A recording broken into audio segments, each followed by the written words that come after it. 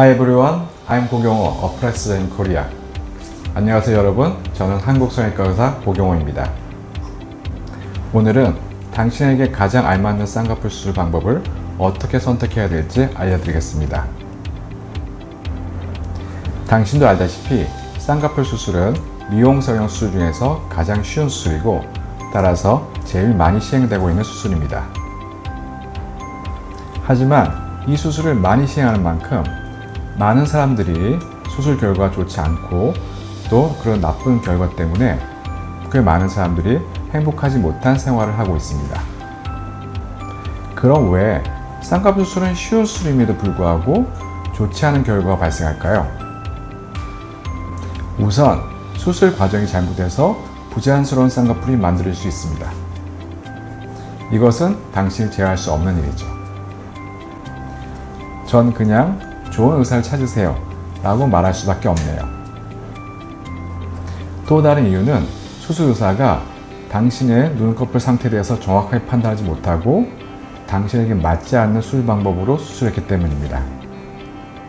바로 이것은 당신 스스로 당신 눈에 대해서 잘 이해하고 있다면 충분히 예방할 수 있습니다.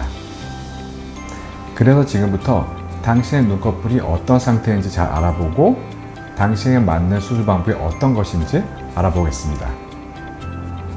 거울을 준비해서 당신의 눈꺼풀을 보면서 이 비디오를 시청하면 더욱더 잘 이해하실 수 있을 거예요. 자, 이제 본론으로 들어갈게요. 눈꺼풀 상태는 다음에 얘기하는 항목으로 나눠서 정확히 판단해야 됩니다. 그 항목들은 첫째, 눈꺼풀 피부의 두께, 둘째, 눈꺼풀의 처짐 여부, 그리고 그 처짐의 정도, 셋째, 눈썹과 속눈썹이 나 있는 안검연살의 거리, 넷째, 안구의 돌출 또는 함몰 여부입니다. 지금부터 차례대로 하나하나 쉽게 얘기해 볼게요. 먼저 눈꺼풀 피부의 두께에 대해서 얘기해 볼까요? 쌍꺼풀 수술에 있어서 눈꺼풀 피부의 두께는 매우 중요합니다. 하지만 대부분 사람들은 잘 그걸 모르고 있고 심지어 수술 의사들도 그 중요성에 대해서 이해를 못하고 있습니다. 지금 저는 피부의 두께에 대해서 얘기하고 있지 눈치방이 많아서 통통한 눈이나 눈치방이 없어서 함몰된 눈을 얘기하는 것이 아닙니다. 이 점을 주의해서 들으셔야 됩니다. 눈꺼풀 피부가 얇으면 눈을 뜰 때 쌍꺼풀 선에서 피부가 얇게 접히게 되고 그래서 자연스러운 쌍꺼풀이 만들어집니다. 쌍꺼풀이 자연스럽게 만들어지기 때문에 조금 큰 쌍꺼풀을 만들어도 자연스럽게 보입니다. 그 대표적인 예가 서양인들은 매우 큰 쌍꺼풀을 갖고 있어도 우리가 보기에 자연스럽잖아요. 그 이유는 그들의 얼굴 윤곽이 매우 입체적이기 때문에 그렇게 보이기도 하지만 또 다른 중요한 이유는 그들의 눈꺼풀의 피부의 두께가 매우 얇기 때문입니다. 또 눈꺼풀이 얇으면 매몰법을 했을 때도 잘 풀리지가 않습니다. 또 눈꺼풀 피부가 얇으면 수술 후 회복이 빠릅니다. 정확하게 말하면 회복이 빠른 것처럼 보입니다. 이처럼 쌍꺼풀 수술에 있어서 눈꺼풀 피부가 얇다는 것은 매우 좋은 일입니다. 반대로 눈꺼풀 피부가 두꺼우면 어떨까요? 방금까지 말한 상황이 반대로 바뀌겠죠? 눈꺼풀 피부가 두꺼우면 눈을 뜰 때 쌍꺼풀 선에서 피부가 두껍게 접히게 되고 그렇게 조금 부은 듯한 그런 쌍꺼풀이 만들어집니다. 그렇기 때문에 큰 쌍꺼풀을 만들면 실제보다 더 크고 부자연스럽게 보입니다. 또 눈꺼풀 피부가 두꺼우면 매몰법을 했을 때 잘 풀립니다. 또한 눈꺼풀 피부가 두꺼우면 수술 후 회복이 느립니다. 정확하게 말하면 회복이 느린 것처럼 보입니다. 하지만 불행히도 우리는 눈꺼풀 피부 자체의 두께를 바꿀 수가 없습니다. 그래서 당신의 눈꺼풀이 두껍다면 무엇보다 쌍꺼풀 선을 작고 자연스럽게 디자인해야 합니다. 그래서 작지만 자연스러운 쌍꺼풀을 만들어야 합니다. 만약 당신이 반드시 더 큰 쌍꺼풀을 갖고 싶다면 눈썹 거상술을 통해서 눈꺼풀 위로 당겨 올려줌으로써 조금 더 큰 쌍꺼풀을 가질 수 있습니다. 자, 그러면 당신의 눈꺼풀이 어느 정도 두꺼운지 어떻게 알 수 있을까요? 이것은 말로 설명할 수가 없습니다. 그래서 지금부터 당신에게 눈꺼풀 사진들을 보여드리겠습니다.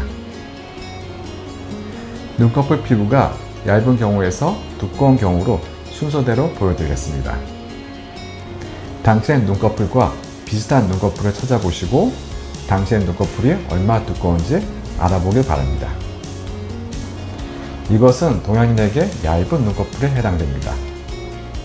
당신 눈꺼풀이 이런가요? 만약 그렇다면 당신은 쌍꺼풀 수술에 대해서 매우 운이 좋다고 말할 수 있습니다. 이것은 약간 두꺼운 눈꺼풀입니다. 만약 당신의 눈꺼풀이 이렇다면, 그리고 당신이 쌍꺼풀 수술을 하고 싶다면 당신은 두 가지 선택을 할 수 있습니다. 첫 번째, 안전하게 조금 작고 자연스러운 쌍꺼풀을 선택하는 것입니다. 그럼 회복 기간도 짧아지고 자연스러운 쌍꺼풀을 갖게 될 수 있어요. 또 다른 선택은 조금 큰 쌍꺼풀을 가지는 것입니다. 그럼 당신의 쌍꺼풀이 약간 부자연스러울 수 있고 회복 기간도 조금 길어질 수 있습니다. 하지만 아주 부자연스러운 쌍꺼풀은 아니기 때문에 사람에 따라서 자연스러운 쌍꺼풀이네 하고 느낄 수도 있습니다. 이것은 피부가 두꺼운 눈꺼풀입니다. 당신의 눈꺼풀이 이렇다면 당신은 쌍꺼풀을 만들 때 매우 조심해야 합니다. 그 이유는 앞에서 이미 말했고요. 당신은 쌍꺼풀을 작게 만들어야 합니다. 쌍꺼풀을 작게 만들기 때문에 눈을 떴을 때 쌍꺼풀이 보이지 않거나 아주 조금 보일 수 있습니다. 하지만 눈이 전체적으로 커져요. 부자연스러운 큰 쌍꺼풀을 갖기보다는 작지만 아주 자연스러운 쌍꺼풀을 갖게 되고, 또 전체로 눈이 커지기 때문에 수술 전에 비해서 훨씬 예쁜 눈을 가질 수 있습니다. 지금까지 눈꺼풀 피부 두께에 따라서 쌍꺼풀 크기를 어떻게 정해야 되는지 알아보았습니다. 다음 시간에는 이어서 눈꺼풀 피부에 처짐이 있을 경우, 또 처짐의 정도에 따라서 어떤 수술 방법을 택할지 알아보겠습니다. 그럼 다음 시간에 또 만나요. 안녕.